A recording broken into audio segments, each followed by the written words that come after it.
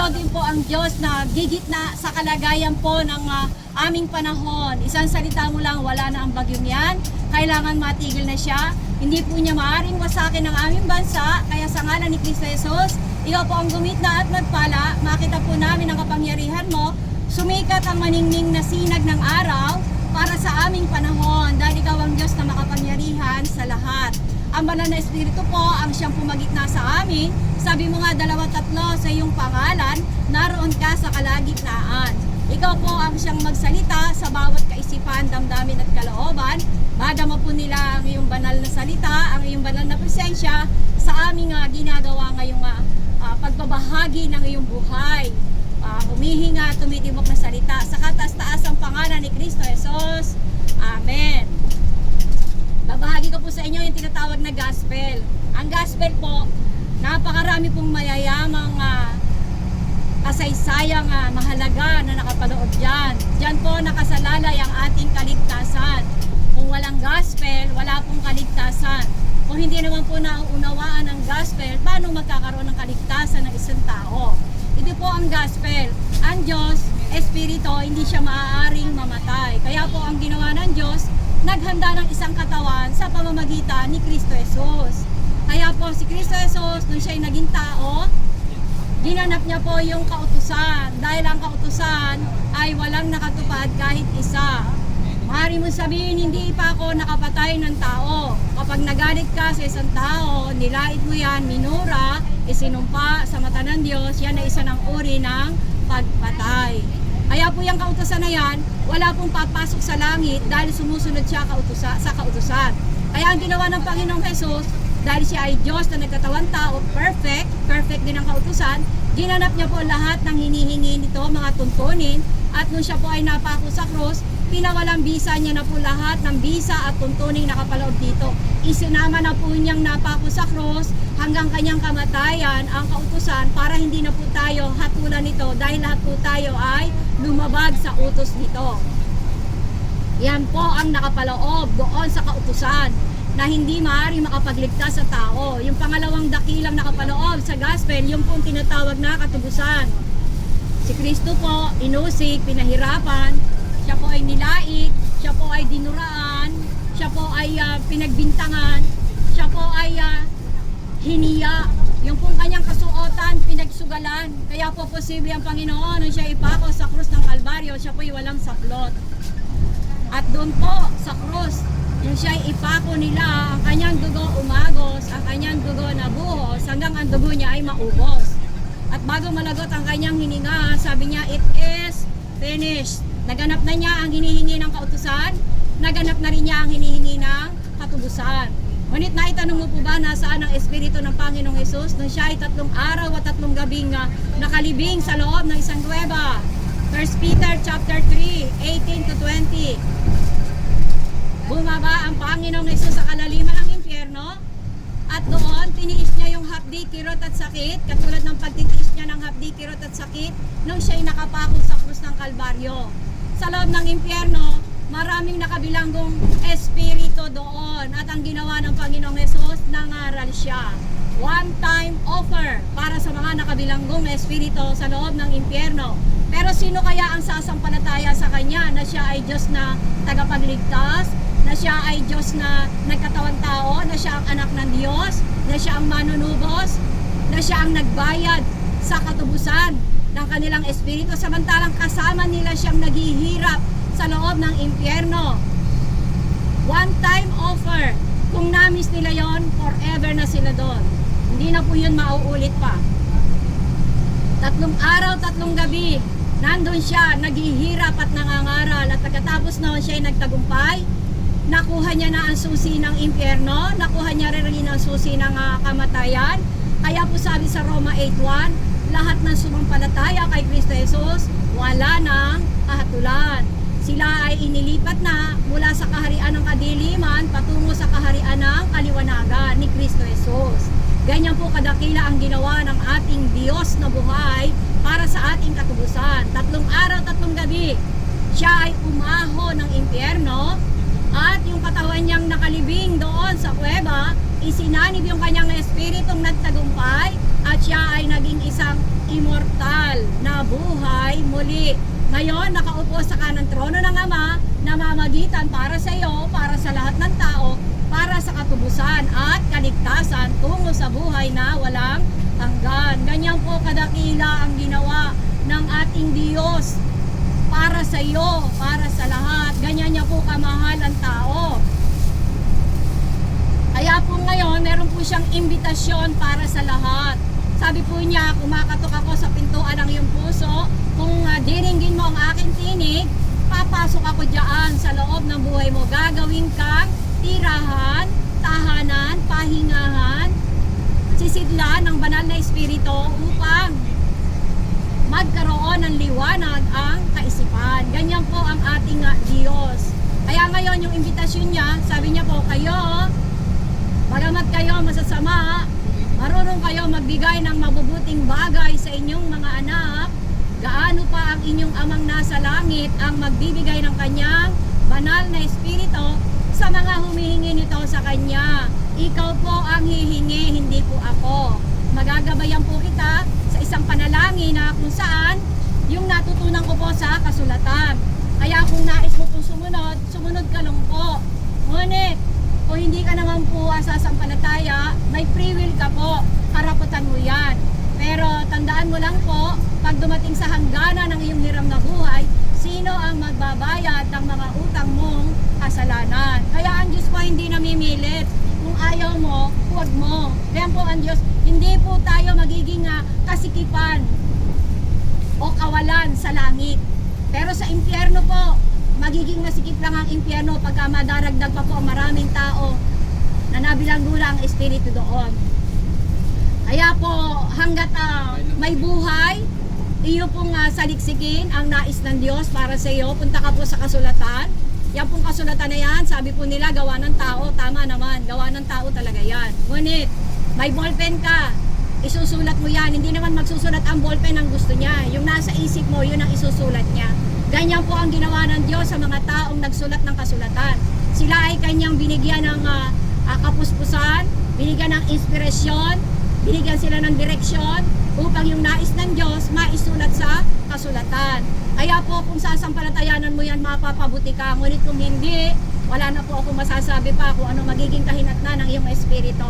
Kaya po ngayon, manalangin po tayo. Luke 11:13. Kayo, bagamat kayo masasama, marunong kayong magbigay ng mabubuting bagay sa inyong mga anak. Gaano pa ang inyong amang nasa langit ang magbibigay ng kanyang banal na espiritu sa mga humihingi nito sa kanya. Kaya ikaw po ang hihingi. Hindi po ako all-knowing, hindi po ako always present, lalong hindi po ako all-powerful. Ngunit si Kristo Jesus, ang kanyang salita, all-powerful, always present, always all-knowing. Kaya manalangin po tayo. Ama naming banal, dakilang Diyos, sa ngalan ni Kristo Jesus, sumasampalataya po ako na ikaw ay nagkatawang tao, na ikaw ay namatay, inilibing at muling nabuhay, at muling magbabalik. Sumasampalataya po ako na ako ay nangangailangan ng iyong kahabagan. Nangangailangan po ako ng iyong kapatawaran. Nangangailangan po ako ng iyong kaligtasan. Nangangailangan po ako ng iyong kadakilaan. Ma-register ang pangalan ko sa Book of Life na tanging ikaw lang ang makagagawa. Maraming salamat po Ama, at ngayon po ako po ay nagsisisi sa mga kasalanang nagawa ko laban sa iyo, sa mga kasalanang nagawa ko laban sa aking kapwa, sa mga kasalanang nagawa ko laban sa aking sarili. Hugasan mo po ako ng iyong banal, buhay, dalisay at makapangyarihang dugo na nabuhos sa krus ng Kalbaryo upang si Kristo Jesus na ang makita mo sa loob ng buhay ko at hindi na ang mga kasamaan at kasalanang nagawa ko laban sa iyo. Ako po ay nagpapahayag ng aking pananampalataya sa iyo. Halika po, pumasok ka sa kaloob-looban ng buhay ko.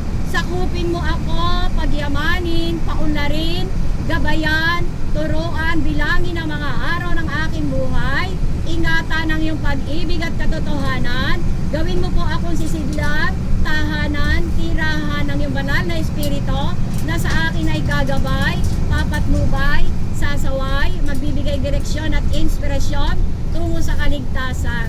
Ipinapahayag ko po, mula ngayon, ikaw na ang maghahari, ikaw na po ang masusunod, ikaw na ang Panginoon at Diyos ng aking buhay habang nabubuhay ako sa daigdig na ito.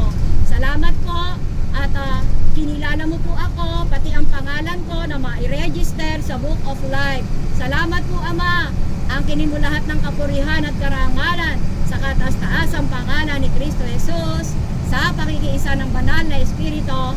Amen. Ang ginawa mo po, pagsusuko ng buhay kay Kristo. Kayo lang po ng Diyos ang nagkakaalaman yan kung paano mo binuksan sa Kanya. Kumakain ka po ng 3 beses hanggang 7 beses isang araw para lumakas, lumusol, sumigla ang iyong katawan. Yang espiritu mo, kailangan din kumain yan araw-araw. Umaga, tanghali, gabi, kumakain ka, yung espiritu mo, pakainin mo rin yan. At ang pagkain niyan, salita ng Diyos, dahil ang salita ng Diyos, humihinga, tumitibok, pumipintik sa kaloob-looban ng buhay ng tao. Yan ay mabisa, matalas kaysa anumang tabak na magkabilay talim, tumatago sa paghihiwalay ng kaluluwa at espiritu, ng mga kasukasuan at utak sa buto, nakakaalam, nakakatalasta sa mga iniisip at binabalak ng puso ng tao.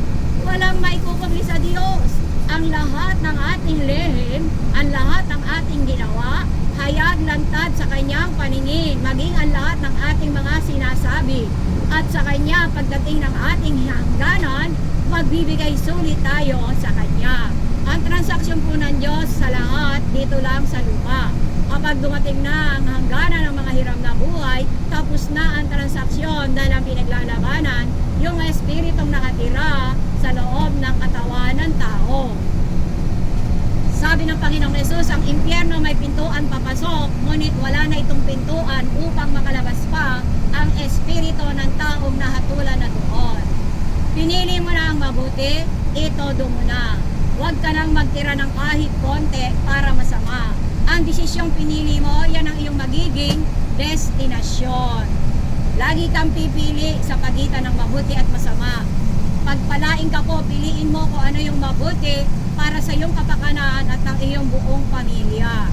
Narinig nyo na po yung tinatawag na born again. Marami po pag narinig yan, ayaw na nila. Ayaw ko ma-born again, mayroon na akong relihiyon.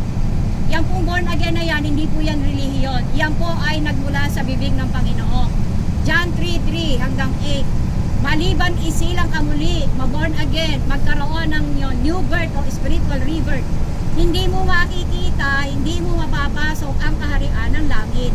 Galing po yan sa bibig ng Panginoong Yesus. Ang ipinanganak ng tao, gawa sa laman at dugo. Ang ipinanganak ng espiritu, may banal na espiritong nananahan sa kaloob-looban ng kanyang buhay, ng kanyang kaluluwa at espiritu. Umiehep ang hangin, hindi mo alam kung saan galing at kung saan paroroon. Ganon din ang isinilang o ipinanganak ng banal na espiritu. Hindi mo alam, katulad ng buto, itanim mo, tutubo, hindi mo nakikita kung gaano kalalim yung kanyang ugat sa ilalim, pero ang nakikita mo lang, umuusbog siya. Ganyan po pag nagkaroon ka ng kapanganakang muli, hindi mo na uunawaan pa, hindi mo pa nalalaman, ngunit mararamdaman mo yung pagbabagong ginagawa ng Diyos sa kaloob-looban ng iyong buhay. Bakit sinabi ng Panginoon na kailangang isilang muli ang espiritu ng isang tao? Mayroong patay sa loob ng katawan ng tao. Ephesians 2:1 at 5. Patay ang inyong mga espiritu dahil sa gawain ng kasalanan at pagsuway. Kaya po ang Diyos, sinabi niya, kailangan isilang muli upang mabuhay yung espiritong nakatira sa loob ng katawan ng tao. Ano ang ginagawa ng tao may patay na espiritu? Mayabang po yan, mapagmataas, masakit magsalita.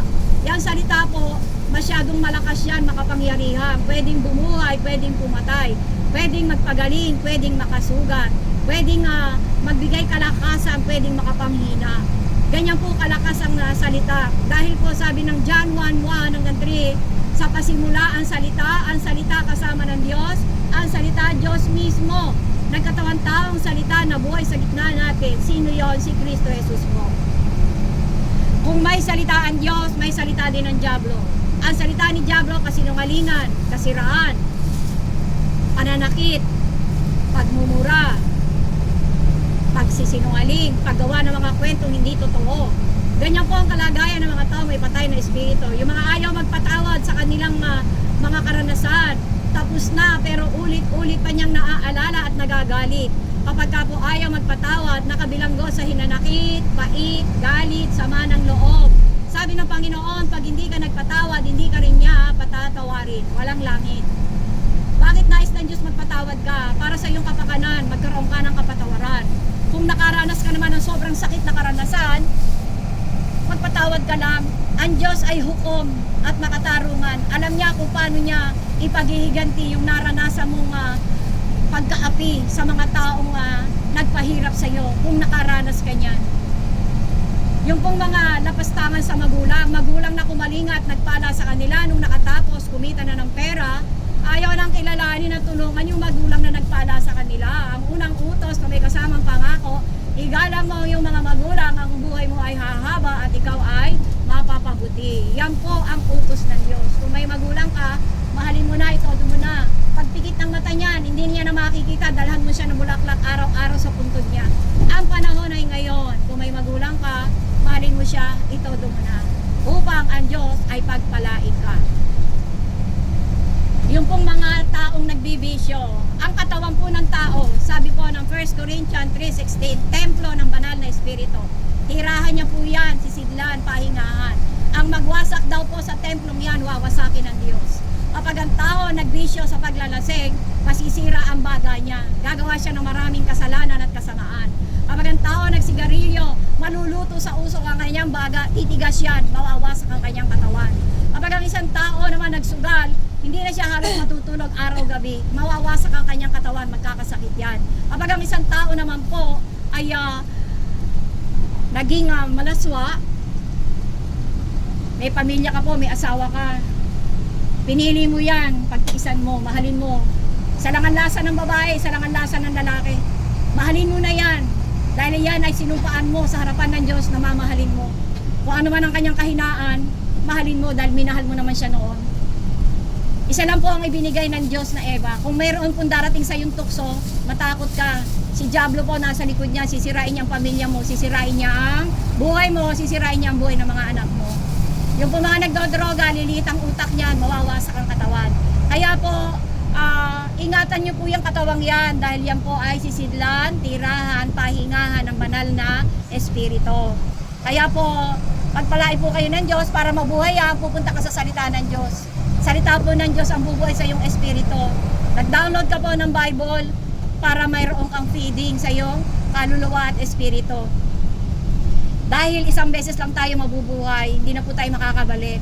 Kaya piliin niyo po ang mabuti para kayo ay mapabuti. At pagpalain po kayo ng Diyos, siya na po ang sasama sa inyo sa lahat ng araw at oras ng buhay na meron kayo. Yung pong natutunan ko, ibinahagi ko sa inyo. Basahin niyo po ang Biblia, makikita niyo po, totoo lahat po yan. Wala po akong idinagdag dyan. Basahin niyo po yan, cover to cover. Matutuwa ang Diyos sa iyo. At isang araw yung ginagawa ko, gawin mo rin. Dahil hindi ka tinawag ng Diyos para sa iyong sarili. Tinawag ka ng Diyos para sa kanyang kapakanan at layunin upang magbigay luwalhati sa kanya at isang araw ang gantimpala, buhay na walang hanggan sa piling niya. May pamilya ka, pagsikapan mo, buong pamilya kayo nakapasok doon sa pinili ng Diyos na lugar para sa inyo. Magpalain po kayo ng salita ng Diyos. Amang banal dakilang Diyos, bawat isang nakapakinig ng iyong salita, pagpalain mo po, buhayin mo ang kanilang mga espiritu, dalhin mo po sila sa liwanag ng iyong kaisipan, bigyan mo ng liwanag ang gospel na ikaw ay naging tao, namatay, inilibing at muling nabuhay. Git sa lahat, pagpalain mo ang driver na siyang laging humahawak ng manibela, pati ang kanilang mga pamilya, pagpasok, paglabas ng kanilang tahanan, ang biyaya at pagpapala mo, madama nila sa kanilang mga buhay. Angkinin niyo po lahat ng kapuri at karangalan sa kataas-taas ang pangalan ni Kristo Jesus sa pakikiisa ng banal na Espiritu. Amen. God bless po sa inyong lahat.